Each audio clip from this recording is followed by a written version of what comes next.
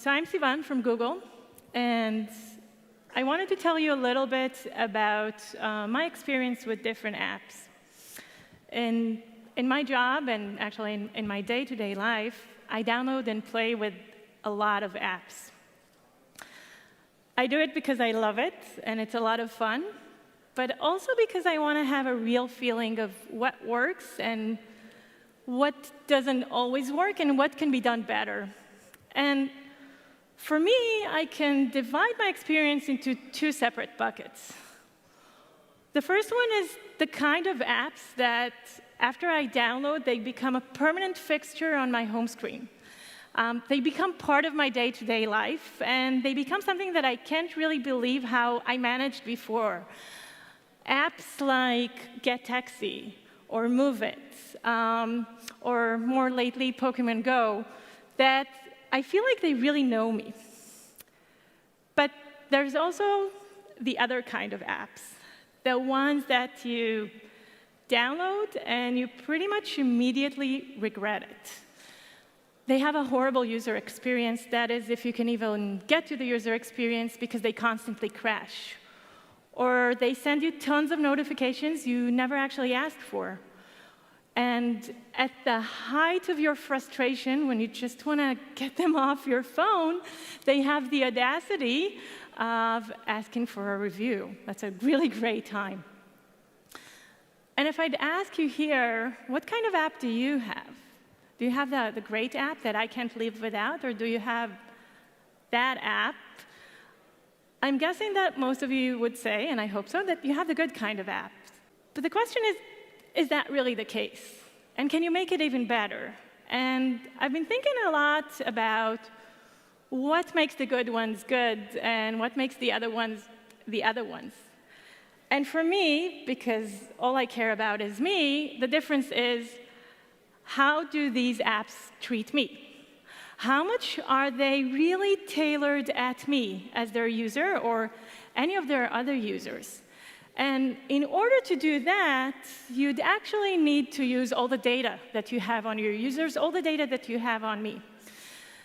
And this is our starting point for today.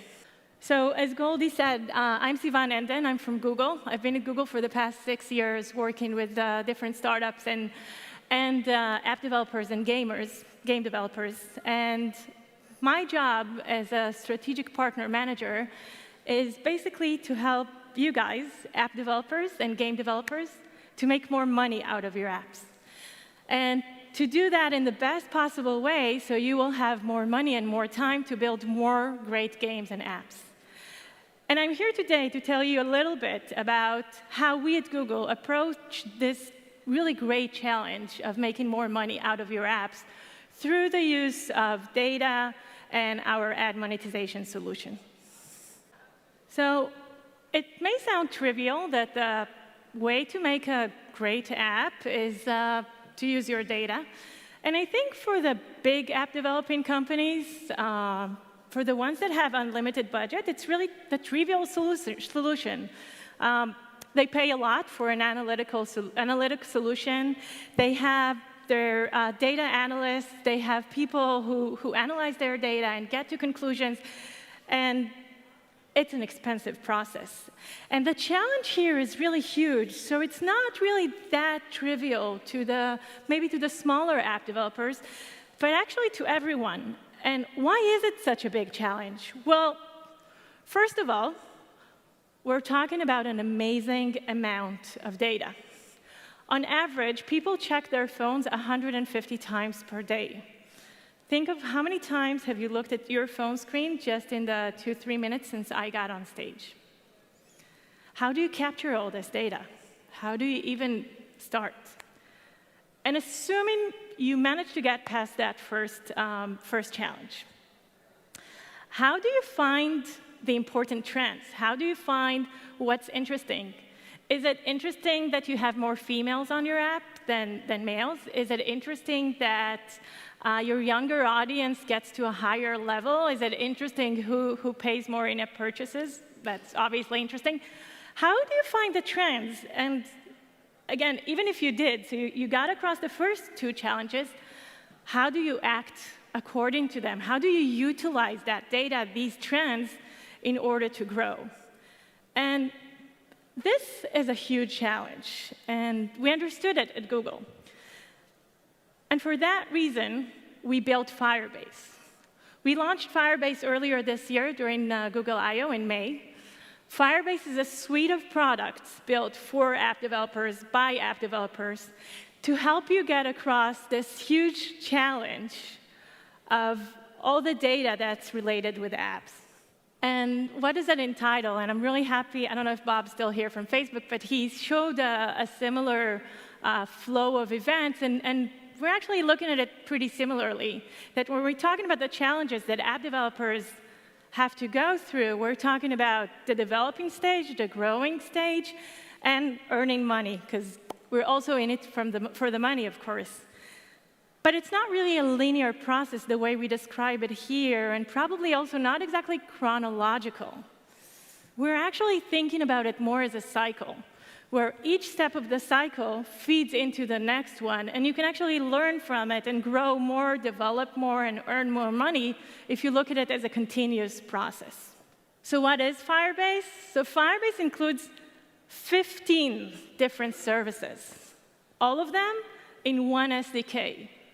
You no longer need to take one service and think about how to combine it with the other SDK and how will they work together, and do I really need all of these? My app will be really heavy. We have 15 services that work seamlessly together. Most of them are free. Just to mention a few, we have Test Lab to help you test your app on over 40 Android devices. We have crash reporting. We have app indexing to help your users who search for something on their phone get directly to your app.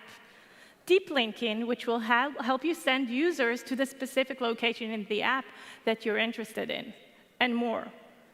I'm going to focus on a few today, but at the basis of all these 15 services lies Firebase Analytics. And we think that Firebase Analytics is really the game changer. This is probably the biggest thing we've done for app developers in the past couple of years, and we've built it based on our decade-long experience of Google Analytics, probably the most used analytics service in the world. So what are the fireworks of Firebase Analytics? What's so amazing about it? It comes down to these four things. First of all, it's out of the box. You implement Firebase and you immediately get value. You start getting data on your users. You get automatic event reporting without needing to do anything else but implement the service. It's seamlessly integrated with all these 14 other services. So everything you learn from your analytics, you can immediately act upon. You can immediately implement it with the other Firebase services. It's cross-platform because we're committed to both iOS and Android development. And probably the greatest thing is that it's free and unlimited. No matter how big you are, no matter how many users you have on your app, you no longer need to choose whether or not to measure this. Do I really need to count this? It's going to be too much on my budget.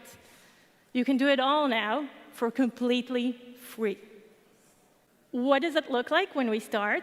Well, when you implement Firebase, you get all these automatic events immediately populated in to the Firebase Analytics dashboard without needing to code anything else. These are more than 12 automatic events and user properties such as first open, in-app purchase, engagement, that you immediately get into your dashboard. You already know so much about your users without needing to code anything in. But that's not enough, because you want more. You want things that are specifically tailored for your game, right?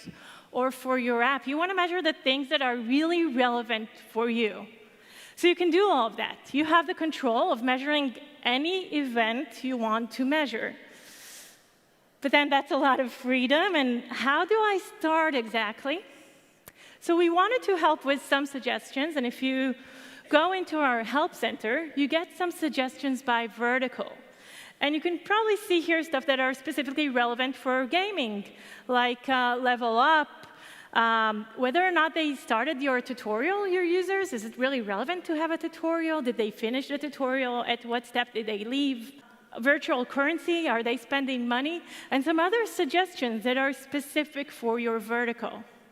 And on top of this, you have the control to measure anything you want. And again, unlimited and free. For data geeks like myself, that's enough to get me really excited. First time I looked at Firebase and looked at all the dashboards, and I finally have a good way to look at cohorts and to look at how much female users are spending in my app and which users are using which version of my game and what device they're looking at. Just dwelling in this data is enough to get me going, and that's amazing. But I have to say that's not enough, because what's really interesting is what you do with your data. You want to get to know your users. You want to understand how they behave in your app, because even though all your users are using the same app or the same game, they're using your app, your game, they're different. What I need and what the other user needs is different.